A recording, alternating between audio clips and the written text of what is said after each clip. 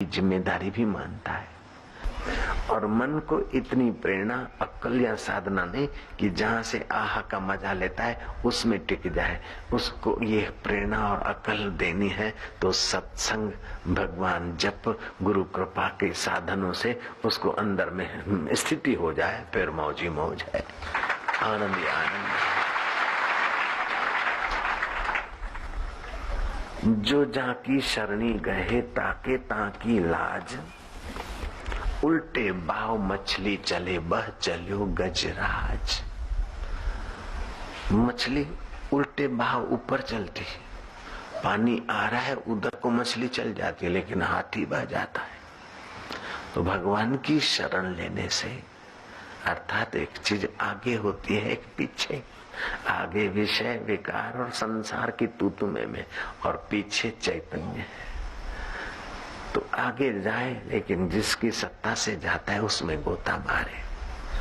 बोले बाबा भगवान में मन नहीं लगता है, क्या करें? तो नारद जी जैसा करो। नारद जी को श्राप था, 2 घड़ी से ज्यादा कहीं नहीं रह सकते, लेकिन वो श्राप द्वारका में नहीं लगता था। तो नारद जी द्वारका जाते थे। द्वारका नारद जी गए, कृष्ण ने कहा जाओ मथुरा का समाचार ले आओ। गए मथुरा, फिर द्वारका। जाओ वैकुंठ की खबर ले आओ। गए वैकुंठ, फिर द्वारका। जाओ जरा वृंदावन का राउंड ले आओ। गए वृंदावन, फिर द्वारका। जाओ जरा फलानी जगह, फिर द्वारका। तो जाने की 50 जगह हो गई, आने की वह एक की एक। तो दूसरी जगह एक एक मार्क आपने फेंका रखा, लेकिन एक ऐसी जगह है जहाँ 50 मार्क, तो 50 मार्क से भी विद्यार्थी पास हो जाता है। ऐसे तुमने खाया, फिर आए अंदर, वहां उसी की सत्ता से देखा, तो उसी की सत्ता से जो काम किया उसका परिणाम जो भी आया, लेकिन उसकी सत्ता, स्फूर्ति और ज्ञान जहाँ से आता है उसमें थोड़ा गोता मारते गए। तो 100 जगह गए, तो 100 जगह गए, तो उसमें 50 जगह गए, तो 50 बार इधर आए और 50 जगह गए, तो एक तरफ 50 हो गए ना। आप उसके साथ कर्म का योग करने में सफल हो रहे।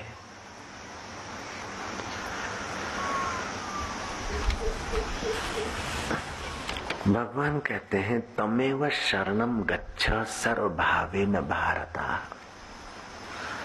हे अर्जुन, तुम सर्व भाव से मेरी शरण आओ। शरीर से जो कुछ करो मुझ अंतर्यामी पीछे के प्रेरक बल के संतोष या सुख के लिए करो। मन से जो भाव करो, सोचो कि उससे धारा तो छूटती नहीं। जिससे तुम मिलो लो दो, उसका ख्याल करो कि क्या ये बाहिर मुख तो नहीं कर देगा।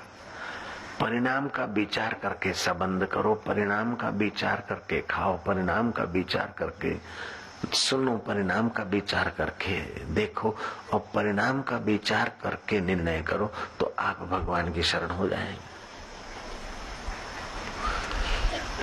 एकनाथ महाराज ने अपने आप से प्रश्न किया ध्यान भजन के समय। सब जगह आता है कि भगवान की शरण ले लो। हे मेरे विठ्ठल, तुम्हारी शरण क्या है? क्या दाढ़ी बढ़ा ले, मुंड जटाएं रख ले तो तुम्हारी शरण है, या फिर एकदम नेशनल हाईवे कर दे तो तुम्हारी शरण है, अथवा संन्यास ले ले तो तुम्हारी शरण है, अथवा गृहस्थी के दलदल में डूब मरे तो तुम्हारी शरण है, या त्याग के शिखर पर जा बैठे तो तुम्हारी शरण है। माझा विठ्ठला तुम्ही सांगा तुमची शरण कुठे आहे? या मंदिर में तुम्हारे श्री विग्रह को पैर पकड़ के बैठना तुम्हारी शरण है? क्या घर में आपकी मूर्ति के आगे बैठ जाना आपकी शरण है? आप ही बताओ प्रभु, आपकी शरण कहाँ है और कैसे मिले? तुम ही बोला माझा विठ्ठला, मैं काय करून कुठे कुठे कुटे जाओ न कुटे नहीं जाओ, तुम ही बोलो हे प्रभु। भाव करते करते करते शांत हुआ और अंतर आत्मा से अनुभूति हुई कि जहां से वृत्ति फुर्ती है बाहर, तो एक छोर बाहर है, दूसरा छोर भीतर है। लाइट की फिटिंग कहीं भी हुई, लेकिन पावर हाउस के छोर के बिना वो जी नहीं सकती। ऐसे तुमने देखा, सुना, खाया, लेकिन पावर हाउसों का पावर हाउस, उस परमेश्वर को छोड़कर तो तुम भाई कहीं नहीं जा सकते। जैसे जहाज निकल गया है दूर की यात्रा में, स्टीमर, पानी का जहाज, और उस पर बैठा है कौवा और बंधी है टांग जहाज से। अब कितना भी फड़फड़ाए कि इधर भी जाए घूम फिर के उसी जहाज में, ऐसा हाल है। लेकिन उसी जहाज पे अक्ल से आए तो आराम है, नहीं तो इधर गिरे उधर गिरे, लटके और पानी से घसीटा जाए। कल्पना करो, पानी के जहाज के ऊपर कौवा है और लंबी सी रस्सी है पतली, और उसकी टांग बंधी है। अब वो आगे भी उड़ान लेता है, पीछे भी लेता है, इधर भी लेता है, लेकिन फिर भी वो अगर उड़ान ले लेके भी वहां जहाज पे आता है तो ठीक, लेकिन उड़ान लेके पानी में बैठता है, उधर की उड़ान लेता, तो घसीट घसीट के जहाज उसको बेहाल कर देगा। ऐसे विषय विकारों में चिपकते हैं तो आदमी बेहाल हो जाते हैं, लेकिन उस परमात्मा के रूपी जहाज की शरण आते तो मौज ही मौज में, आनंद ही आनंद, भारी भारी।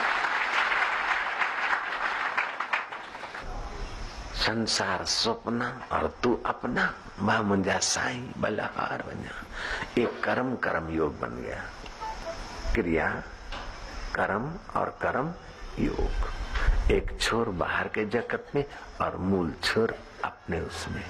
तो समझ के उसकी शरण जाए तो मौज है, ना समझी से घसीटा जाए। मैंने किया इतना अच्छा काम, मैंने किया, मेरे 2 बेटे हैं, मेरे 4 बेटे हैं, मेरा फलाना है, लेकिन तू कहां से उठा वो तो देख।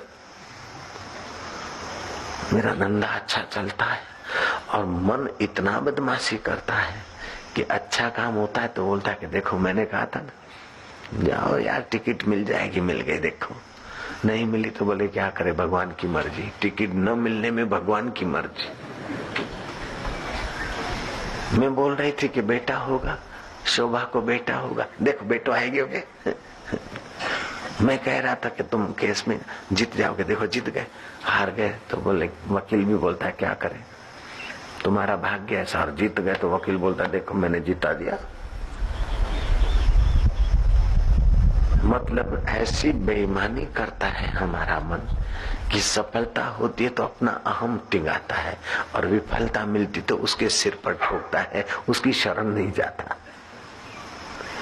गांधी से पूछा पत्रकारों ने, अरविंद गांधी समझौता एकाएक हुआ और आपके विरुद्ध अखबारें जो थी, विरुद्ध पत्रकार जो थे, जो मीडिया आपके खिलाफ काम कर रहा था, अंग्रेजों का पिट्ठू मीडिया था, उस मीडिया ने एकाएक आपके ऊपर बरस पड़े सवालों की झड़ी लगा दी। तो आपने उनके ऐसे जवाब दिए कि आपकी अगेंस्ट में लिखने वाले भी आपकी सराहना करने लग गए, क्या जादू था तुम्हारे पास। गांधी ने कहा कि ये सब ने घेर लिया। अरविंद गांधी समझौता हुआ था। अरविंद का ये मानना था टिट फॉर टेट, जो जैसा तो उसको तैसा, जैसे को तैसा ब्राह्मण को नाई। अंग्रेजों को बम ब्लास्टिंग करके मारो भगाओ। तो गांधी का सिद्धांत साधुवादी का था और उनका सिद्धांत बमवादी था। दोनों पूर्व पश्चिम थे। फिर एकाएक समझौता हुआ तो तुमने क्या हिंसा का हिस्सा लिया और उन्होंने तुम्हारा अहिंसा का सिद्धांत क्या माना। पत्रकारों ने अपने अपने ढंग से प्रश्न किए। गांधी ने ऐसा जवाब दिया कि सारे के सारे अखबार उनकी फेवर में हो गए। मित्रों ने पूछा कि ऐसा तो क्या आपने जो, और उन्होंने तमाम झुंड के झुंड पत्रकारों ने तमाम प्रश्नों की झड़ी लगाई और तुम्हारे सवालों से सब संतुष्ट हो गए। तुमने ऐसा कौन सी पूर्व तैयारी की थी। गांधी ने कहा पूर्व तैयारी तो नहीं थी कोई, और करता भी तो इतना सफल हो नहीं सकता था। लेकिन जब बोलने का अवसर आया तो मैं थोड़ा शांत हुआ, उसकी शरण गया, अंतर्यामी राम की। फिर जो बोला वो मुझे पता नहीं बोला, तो मेरे बोलने के पीछे परमात्मा का हाथ था, इसलिए सफल हो गया। ऐसे आपके कर्म के पीछे ईश्वर का हाथ होता है तो कर्म कर्म योग बन जाता है। तो आपके क्रिया में कर्तापन न डालो तो क्रिया प्रकृति में है, आप परमात्मा में पहुंचे। कर्तापन आया तो फिर जहां से कर्तापन का भाव उठता है, मन का मूल, उसकी शरण चले जाओ तो कर्म कर्म योग बनेगा। तमेव शरणम गच्छ सर्वभावेन भारतः तत्प्रसादात्। उस प्रसाद से क्या है? परम शांति। स्थानम प्राप्यसि शाश्वतम, तुम परम शांति को पाओगे और शाश्वत स्थान पाओगे। अभी शाश्वत स्थान नहीं है, थोड़ी देर हुई ये मिले, थोड़ी देर हुई वो मिले, वो मिले, मिले मिले, भोगते भोगते भोगते। अपने सुख के लिए आपको किसी की आवश्यकता नहीं, कोई चीज की, कोई वस्तु की, कोई व्यक्ति की, कोई साधन की जरूरत नहीं है। अपने आप में बैठने की कला आ जाए तो वो सुखी होने के लिए बाहर भागता ही नहीं ज्ञानी। बाहर तो दूसरों की इच्छा पूर्ति और दूसरों को सुख बांटने के लिए ज्ञानी की बहिर्मुख वृत्ति होती। दूसरे लोग जब गहने पहनते हैं, श्रृंगार करते हैं तो शोभनीय होते हैं, लेकिन कृष्ण जिस वस्तु को स्वीकार कर लेता है वो वस्तु शोभनीय हो जाती है, क्योंकि कृष्ण अपने आप में पूरा। ऐसे ब्रह्मवेत्ता संत जिसकी वस्तु स्वीकार कर लेता है, जिस पर नजर डाल देता है, वे लोग शोभनीय हो जाते हैं, उनका हृदय का फूल खिलने लग जाता है।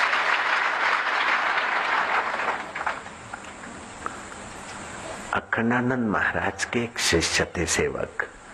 उसको एक माई ने एक शाल और रुपए 500 पकड़ाए, लो समझ। उसने कहा नहीं माताजी, मेरे पास पैसे पड़े और शाल भी बहुत है, क्योंकि इतने बड़े संत के साथ रहता हूं तो लोग मुझे बहुत देते हैं। मेरे पास शालें भी है और पैसे भी पड़े हैं, मुझे आवश्यकता नहीं। माताजी बोले नहीं भैया, महाराज ले लो ले लो। बोले महाराज माताजी जरूरत नहीं है, बहुत बड़ा। माताजी कहती है भैया आपको जरूरत है ऐसा समझकर मैं नहीं दे रही हूँ, लेकिन आप स्वीकार करो ये मेरी जरूरत है, मेरा भाग्य बनाना है, तुमको जरूरत। राम सुखदास जी महाराज, हम गंगा किनारे रहे तो उन्होंने सीधा भिजवाया, आटा, चावल, थोड़ा दाल, थोड़ा ये, थोड़ा हो, दही। तो हमने और सब वापस कर दिया, लेकिन लाने वाले ने कहा कि दही तो सेठ जी की बेटी ने बनाया, जमाया है, अर्थात जयदयाल गोविंदका की सुपुत्री, वो अभी 50-55 साल की है, तो संत की पुत्री ने जमाया हुआ दही। तुमने क्या अच्छा इतना हम ले लेते, दही हमने रखा। दूसरे दिन जब राम सुखदास जी से मिलना हुआ तो उन्होंने मेरे को कहा कि आपने सीधा क्यों नहीं लिया। मैंने कहा महाराज हम हमारी गाड़ी में सामान रख के ही यात्रा करते हैं, जहाँ सत्संग करने जाते वहां भी आटा, घी, मिर्च, मसाला और रसोईया लेके घूमता, तो इस गंगा किनारे हम दान का क्यों माल लेंगे, हमारे पास था। तो संत ने बड़ी अच्छी बात कही, स्वाभाविक। बोले आपके पास नहीं है ऐसा समझ के हमने नहीं दिया, भेजा था। नहीं है दे दो दे दो, तो रास्ते पे खूब लोग मांग रहे हैं, उनको कौन देता है? आपको आवश्यकता है ऐसा समझ के नहीं भेजा था। संत का शब्द कितने मंजे हुए थे, जिनको नहीं जो मांग रहे उनको कौन दे रहा है, लेकिन ये हमने भेजा। तो ये जरूरी नहीं है कि आपको भगवान को आपके प्रणाम की जरूरत है, या भगवान को आपके भजन की जरूरत है, भगवान को आपके लोटे पानी की जरूरत है, भगवान को आपके तुलसी के पत्तों की जरूरत है। नहीं तो भगवान भूखे मर जाएंगे, प्यासे मर जाएंगे। नहीं, हम लोगों को आवश्यकता है कि इस बहाने भगवान की स्मृति और संबंध हमारा प्रगाढ़ हो, ताकि विकारों के और प्रकृति के प्रभाव से हम छूटे। तो माई ने कहा कि भगवान महाराज, भगवान करे कि आपको आवश्यकता ना हो, लेकिन आपकी आवश्यकता समझकर मैं नहीं दे रहा हूं। मैं अपनी आवश्यकता है, मेरा आवश्यकता है कि आपको। नारायण हरि, आपको जरूरत है या आप भूखे मर रहे हैं इसलिए हम नहीं भेज रहे थे। आप भूखे मर जाएंगे, आप भूखे मर रहे हैं इसलिए ठाकुर जी हम आपको भोग नहीं लगा रहे, लेकिन आपको भोग लगाने से हमारा मंगल होता है बाबा, इसलिए आप स्वीकार करो प्रभु। श्याम सुंदर को जो भोग लगा,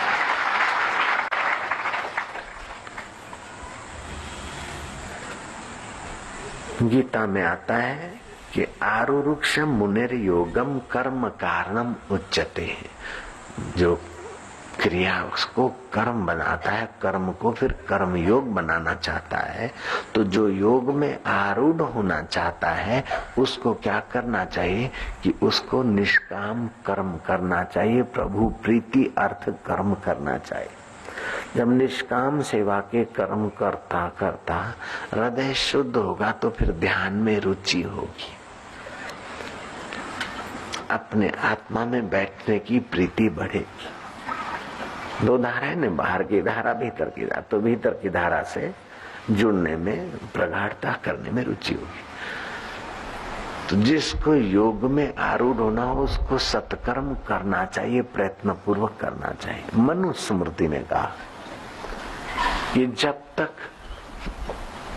आत्म संतोष न हो, अपने आत्म परमात्मा का पूर्ण ज्ञान या रस न आए, तब तक जीव को प्रयत्न पूर्वक सत्कर्म करना चाहिए। और जब परमात्मा में स्थिति हो गई तो फिर सत्कर्म तो तुम्हारा स्वभाव हो जाएगा। साधुते होवे न कारज हानि, आपने जो साध लिया अपना लक्ष्य सिद्धांत, फिर तुम्हारे द्वारा कार्य की हानि नहीं होगी। ब्रह्म ज्ञानी ते कछु बुरा न भया, जैसे माँ अपने पुत्र का बुरा नहीं कर सकती, माँ तो शायद कर ले क्योंकि अल्पज्ञ है, आवेश में आ जाए, राग द्वेष में आ जाए, लेकिन भगवान को पाए हुए संत या भगवान हमारा बुरा नहीं कर सकते। साधु ते होवे न कारज हानि,